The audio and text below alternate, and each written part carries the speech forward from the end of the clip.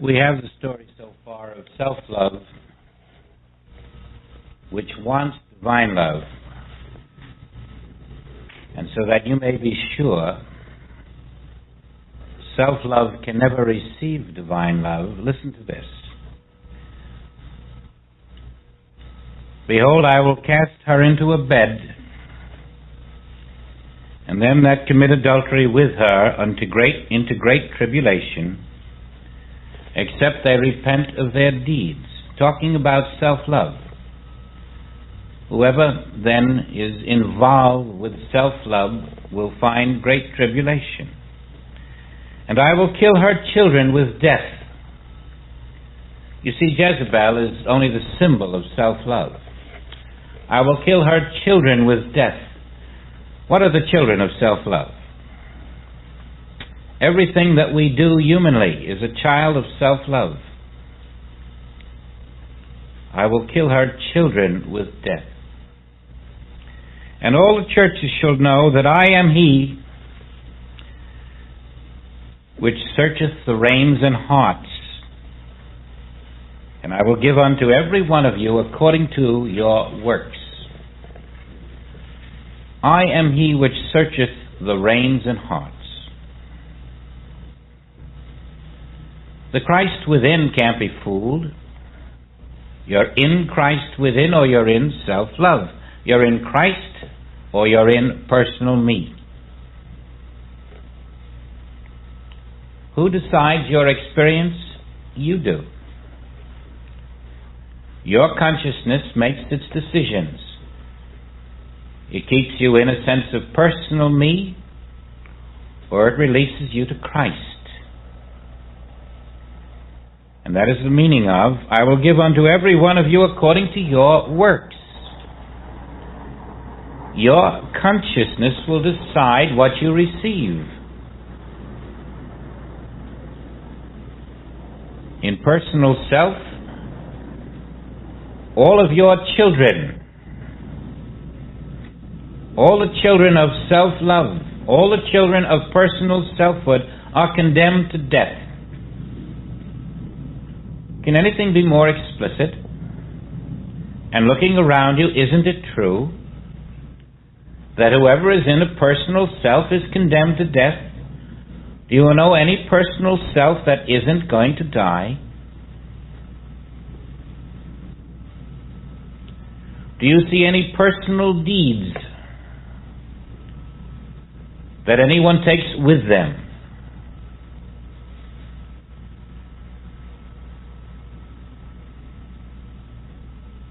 So we are being lifted into the awareness that humanhood and Jezebel are one and the same. Humanhood is personal self. And as long as you have a personal self, it is going to die. And the deeds of personal self are condemned to death. We're in the Word of the Father, telling us nothing shall stand in this universe but my Spirit, because nothing else is in this universe. An image cannot be sustained by the divine. Only the divine image. Only the light of your being is sustained by the Father. Now then, a conviction should have been reached in us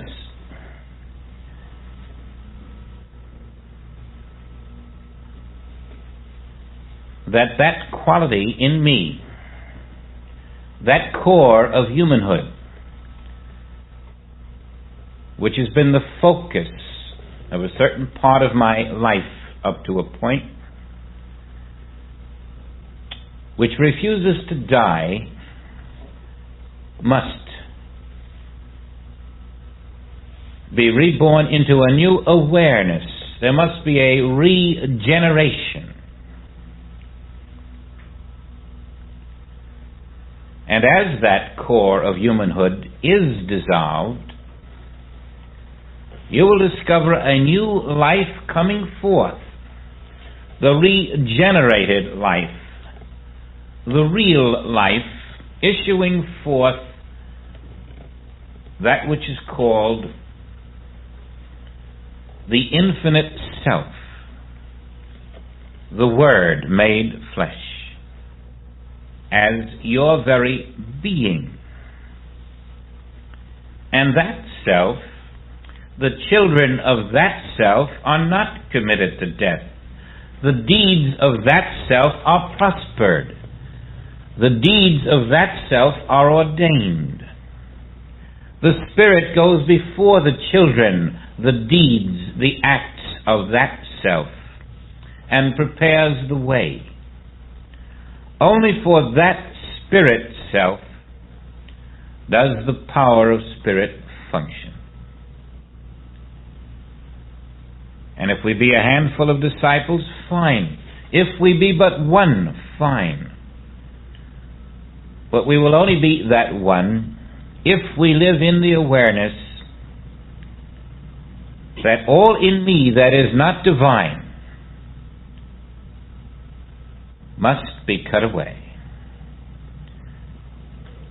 I must see through it into the light of being.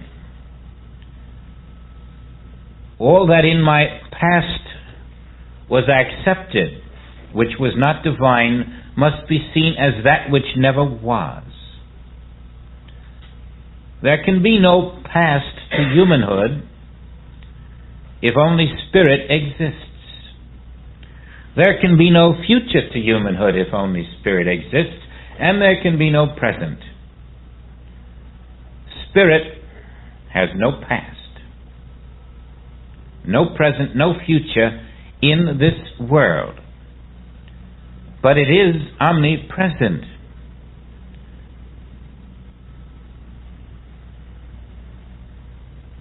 Now we're going to have to find a way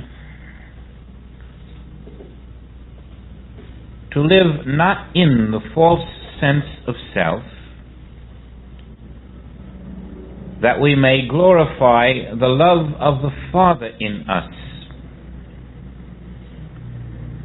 And so it says, "But unto you I say, and unto the rest in Thyatira, as many as have not this doctrine, and which have not known the depths of Satan, as they speak, I will put upon you none other burden." There is a place when, after having put forth the effort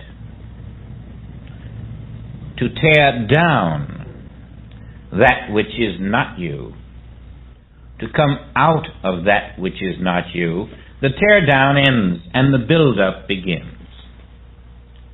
At a certain place I will put upon you no other burden, because you are now putting forth the dedicated spiritual effort to be aware of spiritual self. The karmas only continue as long as we insist on the personal self. Then the extra burdens continue. But when you are striving to come out of the sense of a personal me into the acceptance of an infinite being as the only, as my being, as his being, as her being, then the burdens begin to stop. And you notice the tide is turning. "But that which ye have already, hold fast till I come." Now that line may be rather insignificant at the moment. That which ye have already, hold fast till I come. But it can become one of the most significant things when suddenly, even though the fields are barren for you, even though as you look around and say, well, there's someone less deserving than I, but they have more, that isn't true. Always the inner spirit is complete, perfect, present, And if you let yourself fall into the mistake of believing the outer appearances of people who are less deserving than you but have more, or the barren fields, you are mistaken. So hold fast to the truth. Hold fast to your consciousness of truth, to that which ye have, until I come. And when I come, then you say, thank God I held fast. Because I come quickly and I come often. This I that comes lifting you suddenly into the fields of glory does so in a manner that no words can express. And repeatedly. And lifts you into mansions you never dreamed existed. If you hold fast. If you look at that which is barren, knowing it cannot be. For God is all and God is abundant. A barren appearance means nothing to me. A sick appearance means nothing to me. A dying appearance means nothing to me. Why? Because the one divine life is not sick, is not barren, is not dying. This is holding fast. Until I come, and that I is your spiritual consciousness realized, suddenly pouring forth the fullness of what you had accepted in the invisible, to be there. The holding fast, then, is asking you to be willing to walk on the water of invisible spirit. Be willing to see these stretches of nothing with the knowledge that they are filled invisibly with the fullness of the Father. Until I come. And then you'll see the Father who seeth in secret pours forth plenteously. And even that is just the beginning. Now we come to the important part here. And he that overcometh and keepeth my works unto the end, to him will I give power over the nations.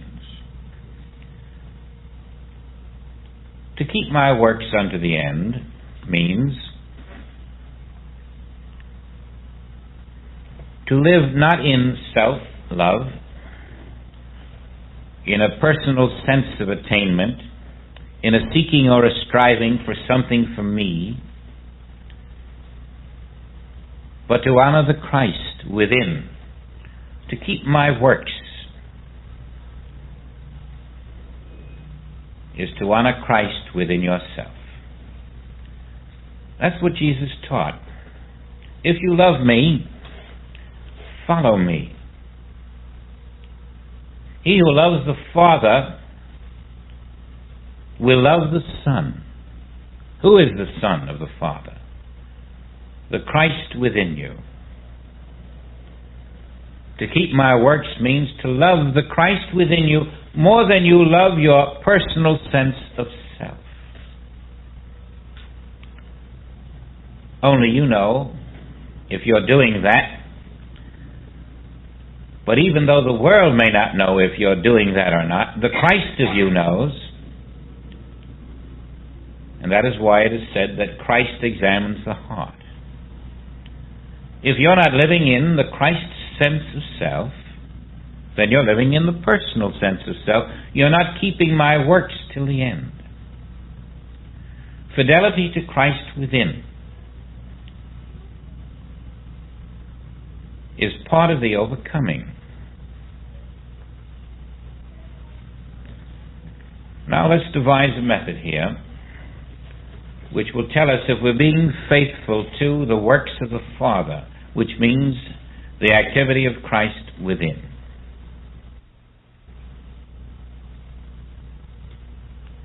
This is something each of us must practice, either as you are going to hear it or as you understand it or in some way related to this.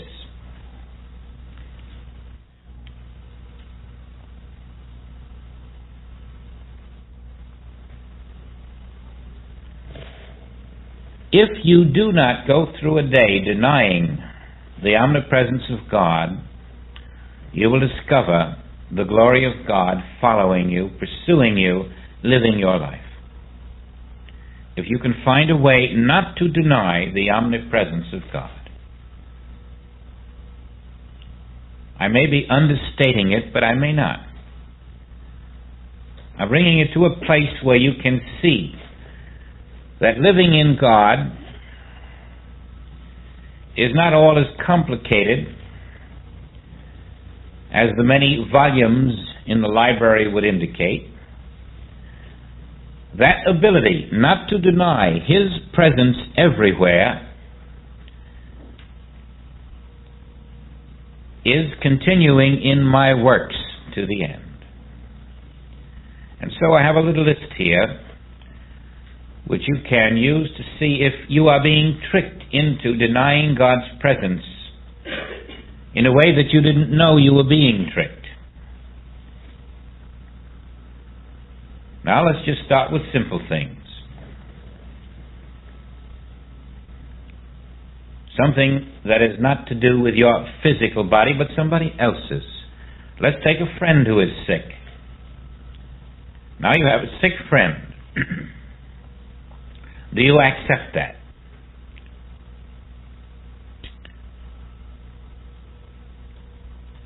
Now why would you accept a sick friend except that you believe there is a self over there? There is a self over there called a friend. Now do you see that there isn't a self over there called a friend at all? You have divided many selves again. You're not living in the consciousness of one divine self. And so, when you have a sick friend over there, you should now be alerted to the fact that you have come out of the consciousness of one divine self. The moment you accept a sick friend, you have a separate self which isn't divine. The divine self doesn't get sick. Who is that friend that you have called sick? Someone who is not the divine self. You know where that puts you? Right out of Eden.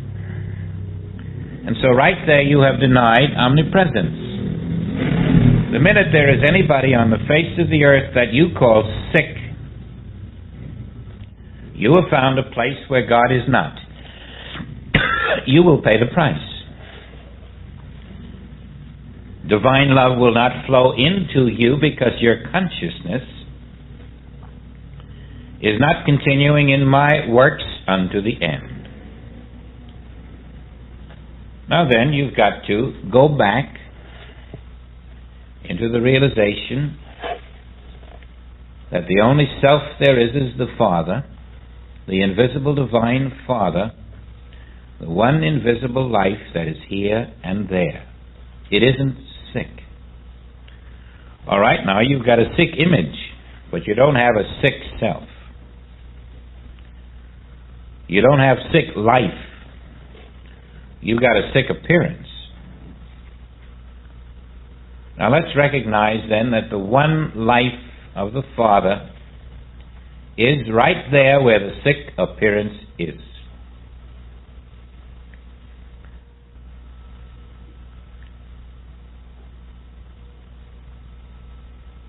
Which is the reality? The invisible divine life or the sick appearance?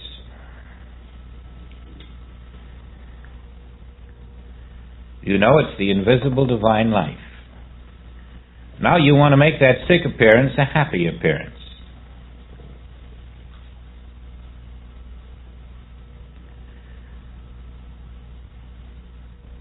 But if the one invisible divine life is there, and it is the only reality,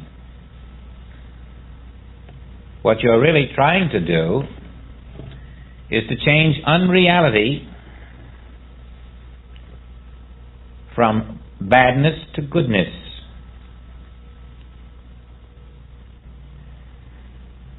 And you're in the trap, aren't you? You're not accepting that only the one divine life is there. You've got two there. You've got the one divine life and the sick appearance. Which one is going to go out of your consciousness? Are you going to acknowledge me, the divine life, in all thy ways, with all thy heart, soul, and mind? How can you then acknowledge the appearance of something called sick? You're being disobedient to the fact that only the one divine life is there. Now learn something else. That one divine life that is there is also an invisible spiritual body there. That the one divine life is divinely manifest, invisibly, right there.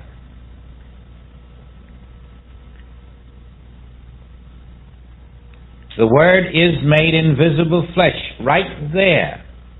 You are seeing your friend incorrectly. You are not seeing your friend's invisible spiritual body right there. You are in error. You are a false witness. You are looking through the eye of a human being.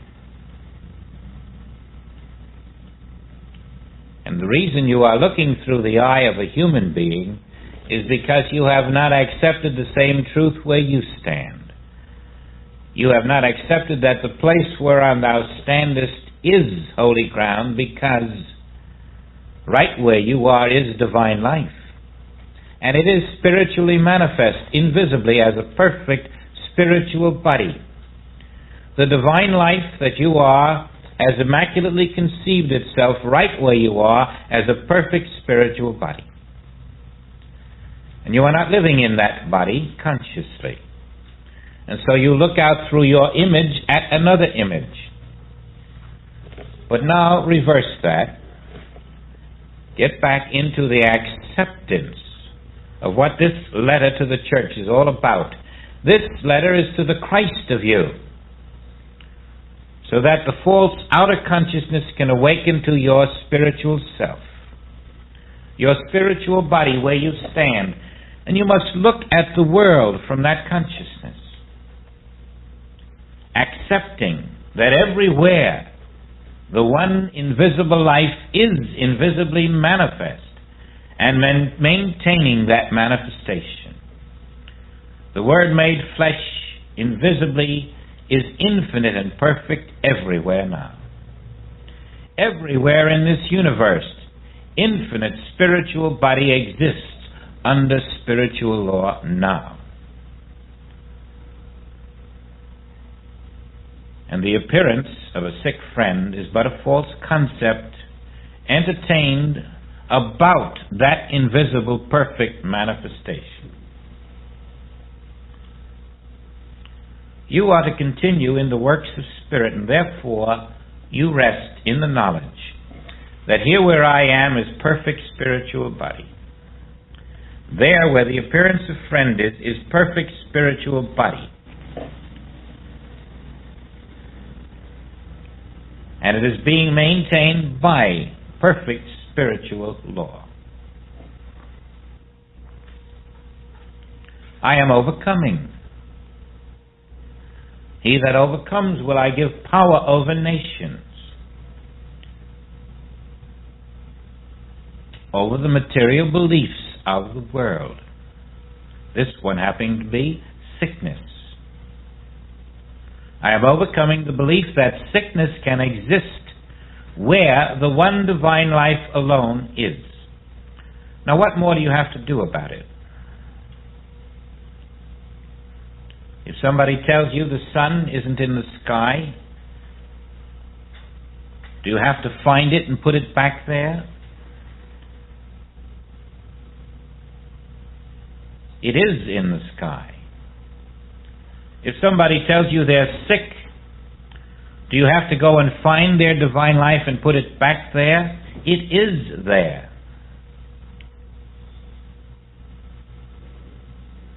The fact that the sun is out of the sky is a lie. because it is in the sky. The fact that there is sickness is a lie because the divine life is there alone and it is not sick.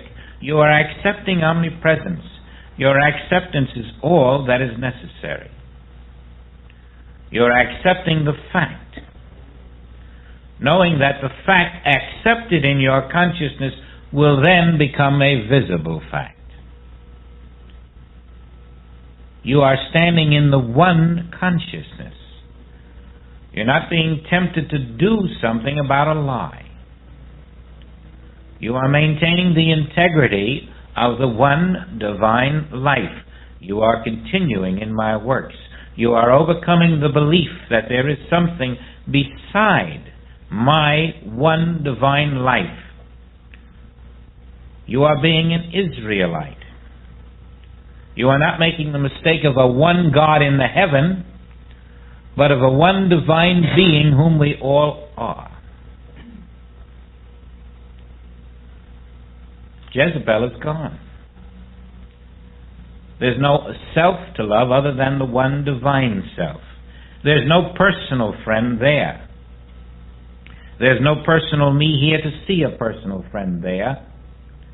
There is the one divine self being itself here and now. And the hypnotism of something other than that one self has been discovered, which enables you to stand ye still. And behold, the salvation of that one divine life will now express itself visibly through your enlightened consciousness. Here, it will appear there. You are accepting omnipresence. You are not denying the omnipresent one divine life. And anything that denies it, you know, is a lie, an unreality. Any form of sickness is a denial of the one omnipresent divine life. And if you love any other life more than the one omnipresent divine life, you are not getting the message of divine love. Love me. Love your Father. Love the Christ. If any man loves the world, the love of the Father is not in him. You lay down every human concept, and you simply accept that divine life is there. There is no power on earth to push it away.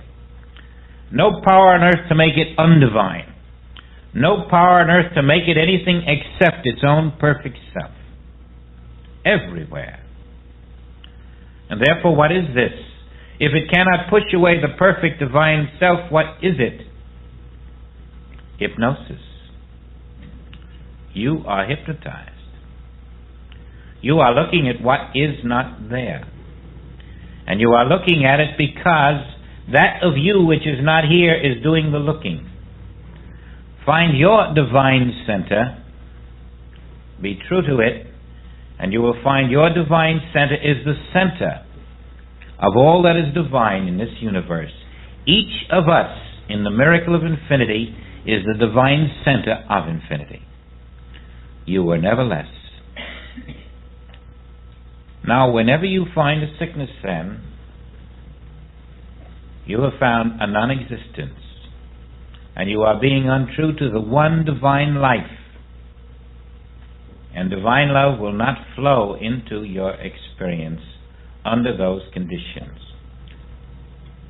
Only when you overcome the belief that there is another place, another life, another self than the one divine life, will you be given the power over nations, the power over materiality. And he shall rule them with a rod of iron, as the vessels of a potter shall they be broken in shivers, even as I received of my Father. When you have accepted one divine life, then the power of that divine life by itself breaks all other powers, as the vessels of a potter thrown upon the ground. All powers in the world are shattered by the truth, which is the rod. The truth of Spirit, the truth of the one divine life, maintained by you, shatters every false appearance of power. There is nothing can stand against your knowledge of one perfect divine life here, there, everywhere. Nothing can stand against it. For as I have received of my Father, I am that one divine life, that Christ within you. As I have received of my Father, so you receive of me. When you have accepted one divine life to be your life, you have accepted Christ to be your name. And what Christ has received from the Father becomes your permanent dispensation.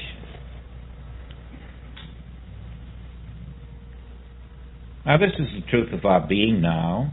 We all know it. Our problem isn't to know it anymore, it's to practice it, isn't it? We all know that we are divine life. We know that our name is Christ. We know that the Spirit of God is our only name. It is the practicing of that truth that is going to make the difference in whether we overcome the belief in a second self. Now you say, I lack. I'm short this month. Do you see how ridiculous that is in truth? Because the you that is short is saying, I'm not divine life. And the moment you have accepted the shortness, the lack, you have accepted that I am not the divine life, and that is precisely why you're short. The belief that you could be other than the divine life is that which externalizes as that which is lack. So when you see lack in your life, don't be fooled. We've had too many years of that, being fooled by it. Now we can look at the lack and say, that's another appearance, like a sick friend. There's only one divine life. I have all the hidden manna there is. The only reason it hasn't shown is because I, in my foolishness, had thought that I was a human self, not a divine. And a human self is a finite, divided being, apart from the one infinite. I just told the infinite, go away, I don't want any part of you. I'm a human being. But I'm not. I am the one divine self, and the fullness of the Father flows through its own infinite selfhood. And therefore I look at the appearance of lack, but I will not deny omnipresence of the one divine life. And now you can see that you've been spending your days denying the omnipresence of the one divine life and wondering why divine love isn't expressing in your life. It's like putting up a sign on the door and saying, don't come in, and wondering why nobody comes in. But as you are divine life and accept it, you must learn to reject everything that denies that you are divine life. And then everything that denies you are divine life being rejected, you are continuing in my works. You are overcoming. You are being a faithful son. And the Father within, who examines the reins and the hearts, who knoweth in secret, rewards thee openly, because the one consciousness, accepted as yours by accepting one divine life, assures you of being under the government of God. Now, here's a little list. Lack, limitation, pain, disaster, change, seeking, asking, striving, praying, seeing individuals instead of the one, fear, criticism, planning, desire, seeing evil, hearing evil, speaking evil, resisting evil. Do you see how limitless the list is? And we do these things every day. We see evil, we hear evil, we speak evil, we resist evil. That's all a denial of the one divine life. So find your divine center. I am the one divine life.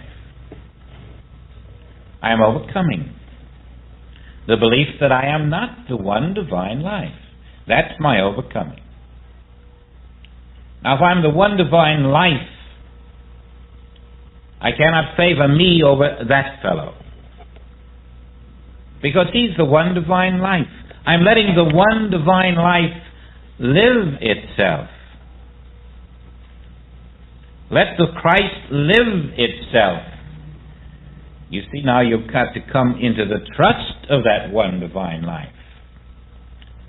The acceptance of it is walking upon the Spirit, walking upon the living waters of confidence. I am the one divine life, and therefore my eternal self is already fulfilled.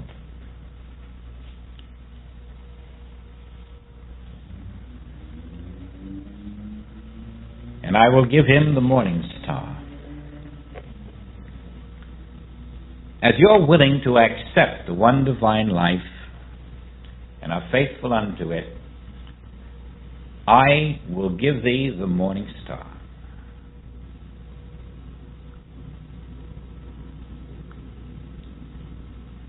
There is a light shining in the darkness.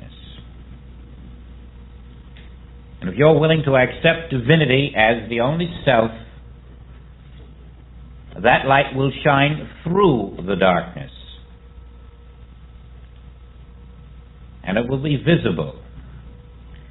That light will be the illuminating light of self coming through your consciousness. The morning star. The day star.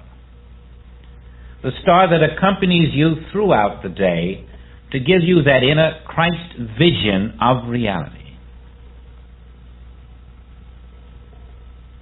That morning star is the illumination we have all been seeking.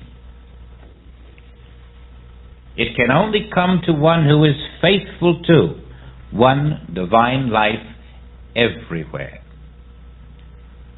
who will see no other life, accept no other appearance, knowing that the invisible self is right there and right here, and we are one, and I will be still in that.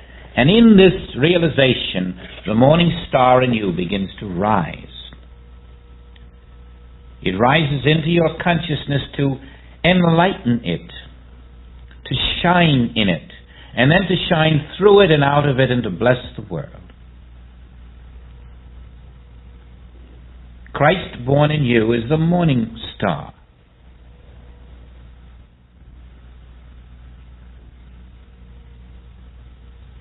Let him who hath an ear hear what the Spirit saith to the churches.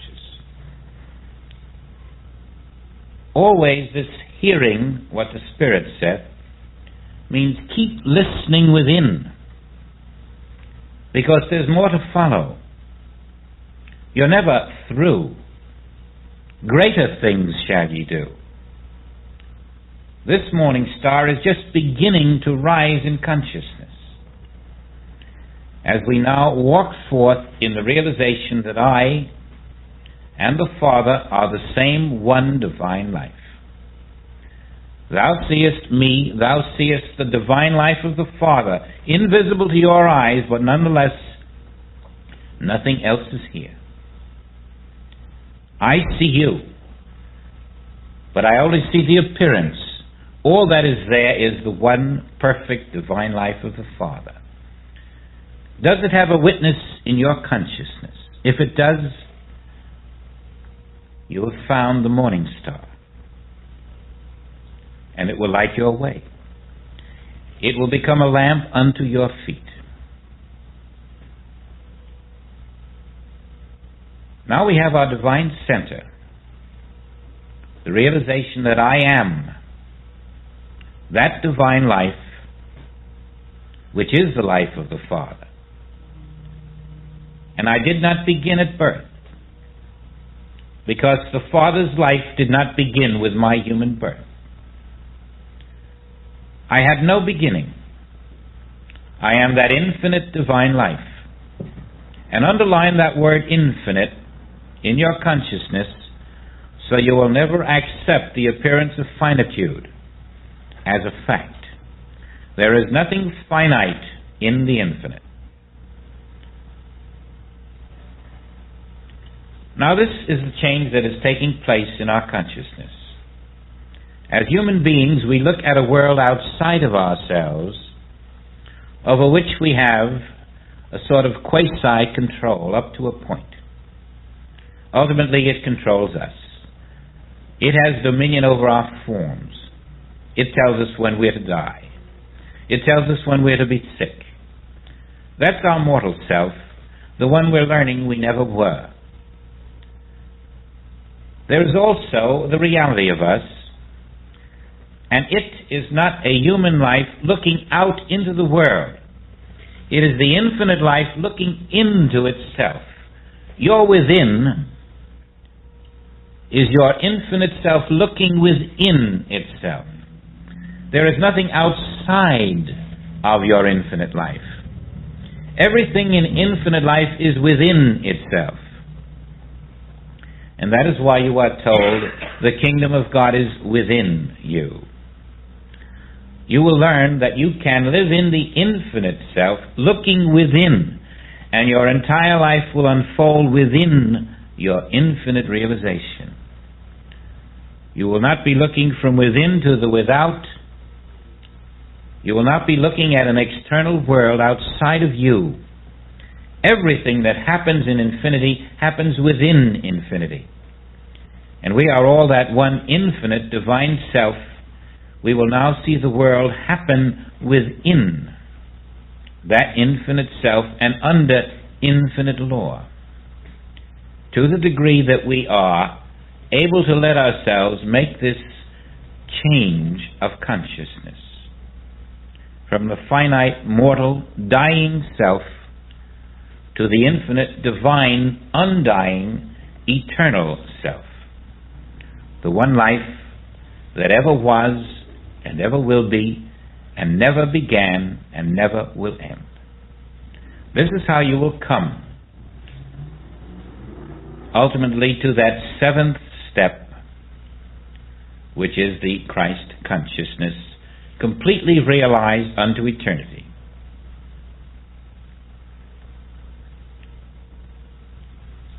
Now that's the fourth letter. I've been receiving reports from those who have received tapes saying something's happening in me I can't describe. And that's about the feeling I hope we're all in. Because as this happens, you can be sure that which you can't describe is spiritual activity. It is taking root. It is finding a home in your consciousness. And it will govern your life with spiritual truth, with one power, a power that knows no other power than the perfect divine love. It will do it all by itself through grace, if you will continue in my works until the end.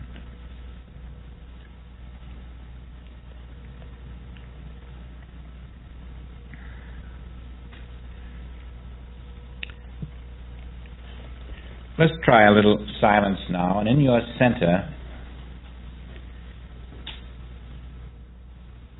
know that when you have found your spiritual self, it is the center of an infinite universe. And all of infinity is pouring always to that center and through it. Never are you limited to your own human abilities. Nothing is impossible. There is no limitation. There is no height. There is no ceiling. The infinite self will always express its own infinite self through your divine center. As you're living in the knowledge of one divine life, I am. My neighbor is. My friend is. All are. I am that divine center of infinity. And then let go and accept what infinity pours into your life.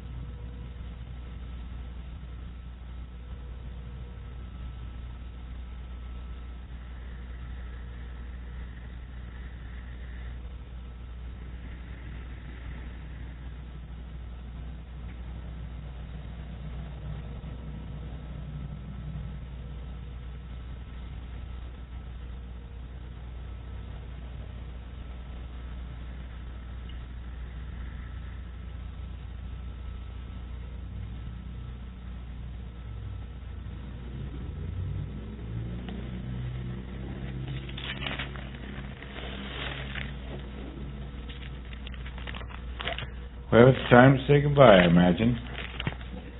I'd like to read you one little phrase, may I? It's the second Psalm, and it says,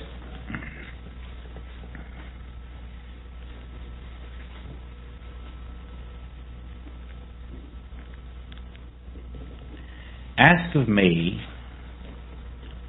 and I shall give the heathen for thine inheritance, and the uttermost parts of the earth for thy possession." The uttermost parts of the earth for thy possession. That is speaking to the infinite Son. I shall give the uttermost parts of the earth for thy possession. And if you're willing to take less, you're not the infinite Son.